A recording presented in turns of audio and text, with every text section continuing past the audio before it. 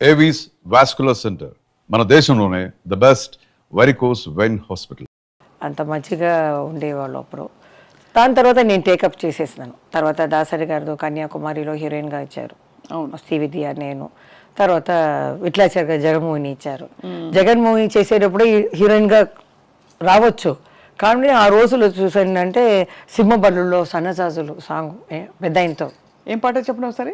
సన్నజాజులో కన్ని మోజులో సన్నజాజులో కన్ని మోజులో బానిసగా వచ్చావు, నన్నే నీ బానిసగా చేర్చుకున్నావు, మగతనం చూపావు, నాలో ఆడతనాన్ని నిద్ర లేపావు. అలా వస్తుంది అన్నమాట పాట. మీ స్పిరిట్కి జోహార్లండి. ఎందుకంటే ఇప్పుడు మీరు కెమెరా ఆన్ అయినట్టు చిన్నపిల్లలాగా అదే చిన్నపిల్ల మనస్తత్వంతో మీరు యాక్ట్ చేసిన హావభావాలు మీ స్పిరిట్కి నిజంగానండి అసలు ఏమనాలో అర్థం కావట్లేదు. ఇప్పుడు అక్క జ్యోతి గారని ఎప్పుడు తెలిసింది? ఎలా చెప్పారు? ఎప్పుడు? చిన్నప్పుడు తెలుస్తుంది. అంటే అప్పుడప్పుడు మేము వెళ్ళేవాళ్ళం. సడన్ గా వాళ్ళు వద్దంటారు. అప్పుడు అంత ఎందుకు కట్ ఆఫ్ చేశారు? అదే మా అత్తగారు చెప్పి ఉంటుంది. సొంత అమ్మ చెల్లెలు కదా, ఎవరికైనా భయం ఉంటుంది. అక్కడ వెళ్ళి మన అమ్మ తెలుసుకుని మమ్మల్ని వదిలిచేసి వెళ్ళిపోతారో ఏమో అని వాళ్ళు చెడ్డవాళ్ళు అది ఏదో చెప్పి ఉంటుంది. బట్ తనకి ఎప్పుడు తెలిసి వచ్చింది? మరి ఎప్పుడు చెప్పారు? నాకు తెలిసేటప్పుడు అమ్మాయికి తెలుసు. మేము వెళ్తాను కదా చిన్నపిల్లలుగా, వేసేటప్పుడు అక్క చెల్లెలు అని అందరికి తెలుసు. అలా స్టార్ట్ అయింది. తర్వాత దాసనారాయణ గారి పిక్చర్ కూడా చెల్లెలుగా చాలా పిక్చర్లు ఇచ్చారు. ఇద్దరు కలిసి నటించారు కదా, 1-2 సాంగ్స్. చాలా సాంగ్స్ చేసాం కలిసి. కొన్ని మాట్లాడుకుంటాం. మాట్లాడలేకపోతే మాస్టరు ఇద్దరు అమ్మల్ని పెడతారు కదా, జ్యోతిలక్ష్మి ఒకరు, జయమాలిక ఒకరు అని. వాళ్ళతో ఇలా చెయ్యి, ఇలా అనుకోవాలని మేము రిహర్సల్ చేసుకుంటాం అంతే. కానీ సినిమా వాళ్ళు అందరూ చెప్తారు, ఎందుకు వీళ్ళందరూ మాట్లాడుకోలేదు అని.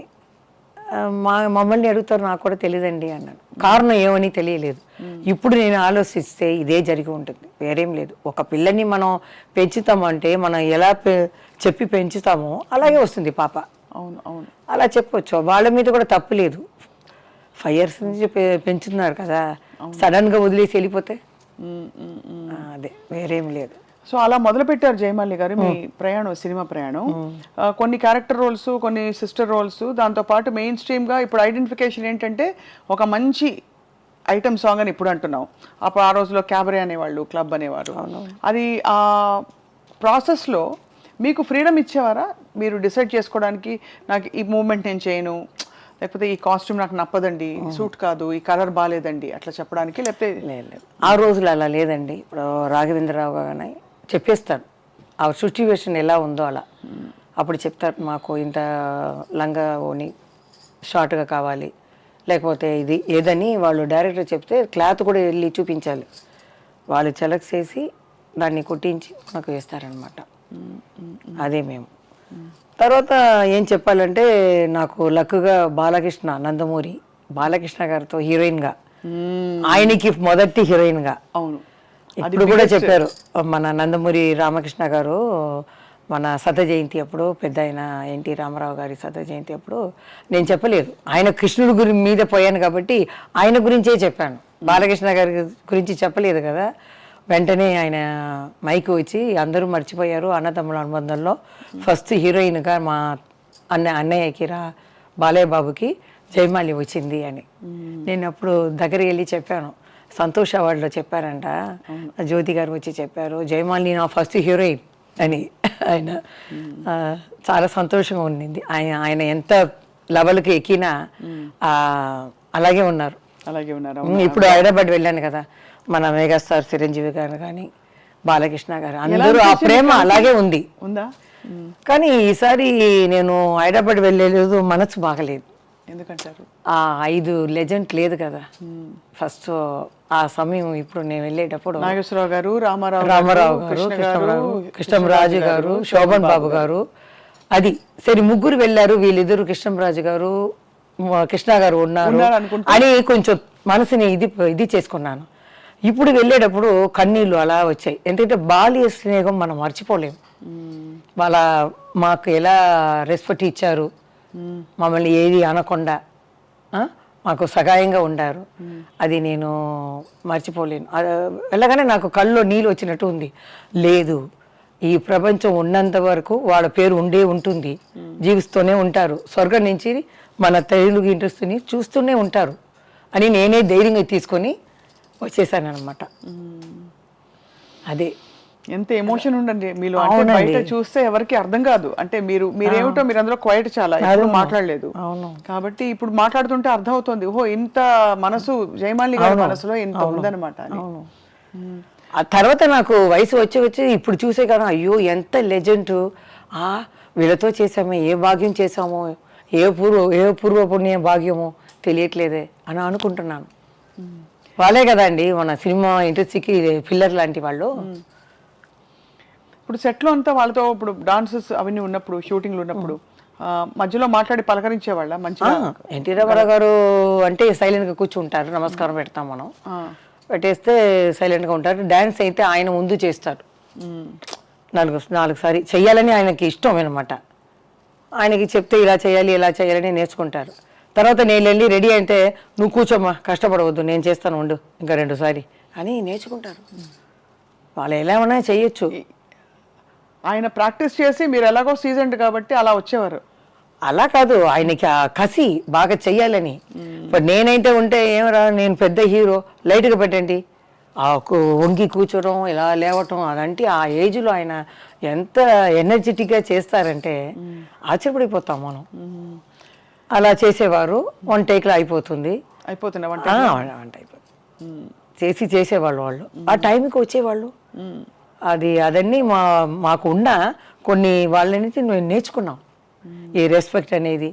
రామా అంటారు, రండి అంటారు. ఇలా పెద్దవాళ్ళని చూస్తే ఇంత మరదలు వస్తుంది. నేను కూడా ఇడ్లీకి వెళ్తే అలాగే వస్తే రండి అంటాం. ఏదో పెద్ద ఆయన వస్తున్నారంటే ఇంత చరేయండి, ఏమన్నారు, ఏం తాగుతారు, అదే మర్యాదగా ఆయన. దాని తర్వాత మా ఇంటి చుట్టి బస్సులు ఉంటాయి, ఈ బసురా రోడ్డు మొత్తం. చిన్నప్పుడు అదే అమ్మ అడిగేది, ఏమిటిది ఇన్ని బస్సులు అని. నేను అడిగితే పెద్ద లెజెండ్ తెలుగులో మన పక్క సీట్లో ఉన్నారు. తిరుపతికి వెళ్ళి ఆ వెంకటేశ్వర స్వామిని దర్శనం చూసుకొని అలా వచ్చి మన హీరో ఉన్నారు కదా లెజెండ్, వాళ్ళని చూసుకొని కర్పూర ఆరాతిలు తీసుకొని ఆ వెంకటేశ్వర స్వామిని చూసినట్టు ఆనంద చేసి గోవిందా వెంకటేశ్వర స్వామి గోవిందా అలా నమస్కారం పెట్టేవాళ్ళు ఆ బాల్కనీలో వస్తే. అది విని మా అమ్మ కూడా ఇలాంటి ఒక హీరోకి ఇంత ఇది ఆశ్చర్యపడతారు. నేను కూడా ఆశ్చర్యపడి అలా చూస్తున్నాను. కొన్ని సంవత్సరాల తర్వాత ఆయనతో చేసే అదృష్టం దొరికింది. అప్పుడు ఎలా అనిపించింది? నాకే జ్ఞాపకం లేదు ఏ పిక్చర్ అని. బాగా జ్ఞాపకం వచ్చింది ఈ అన్నతమ్ముల అనుబంధం. తర్వాత ఆయనతో కొట్టుకుని పోతాను ఆయన్ని, సన్నజాజులు, ఈ తర్వాత నా పరువం నీ కోసం, డాన్ హిందీ, అవును ఆ పిక్చరు అన్నీ ఎలా వెళ్ళిపోయింది. ఏం చెప్పరు. కానీ మన లవ్ సీన్ అంటే కృష్ణ గారికి పెద్ద ఆయనతోటే ఉంటుంది. అదే ప్రాబ్లం, కృష్ణ గారికి రాదు. ఇక్కడ వెళ్తే ఇక్కడ నన్ను చూడకుండా అక్కడ సైడ్ గా చూస్తారు. ఆయన డైరెక్టర్ చూడరా, ఆయన కొంచెం ఇదే కదా సిగ్గుగా ఉంటారు. అన్ని పిక్చర్లో ఎన్టీ రామారావు వాలంటీర్గా రా అని చెప్పి నేను ప్రేమించాలి. అలాంటి క్యారెక్టర్ నాకు. అవును మీరే బలవంతంగా ఆయన్ని వశం చేసుకోవాలి అలే అని. అది మన దానవీర సూరకర్ణలో ఆయనతో సాంగ్ ఇటు రారా అని వస్తుంది సాంగ్. బాలయ్య బాబు ఆ ఫంక్షన్ లో కూడా చెప్పారు, వేసింది ఆ చక్కని పాట అది దానవీర సూరకర్ణలో. అది అక్క ఏమో కృష్ణ గారు తీసారే ఏదో పిక్చర్, కురుక్షేత్రం. అవును అక్క అది చేసింది, నేను ఇది చేశాను పెద్ద ఆయనతో. ఆయన కృష్ణ గారితో తను చేసింది. చాలా బాగుంటాయి. ఐబ్రాని రాశారు నాకు. ఫస్ట్ ఈ జానపదాలు పిక్చర్లో చూడటం ఇదే ఫస్ట్ టైం. దానికి ముందు ఈ కోట్ సూటు ఇవన్నీ ప్యాంటు ఇది వేసేసారు. జానపదాలు చూస్తే ఆ సెట్ వెళ్ళగానే అంత పెద్ద గ్రీడం, ఆ నగలు అలా పెట్టుకొని అలా నిలిస్తే ఇదేంటి గంధర్లోకమా, ఎక్కడ వచ్చాము, ఇవేరేంటి కర్ణుడా, ఏం తెలియలేదు అని భయపడిపోయాను నేను. తర్వాత హైట్ కూడా తక్కువ కదా, ఆయన ఎంత హైట్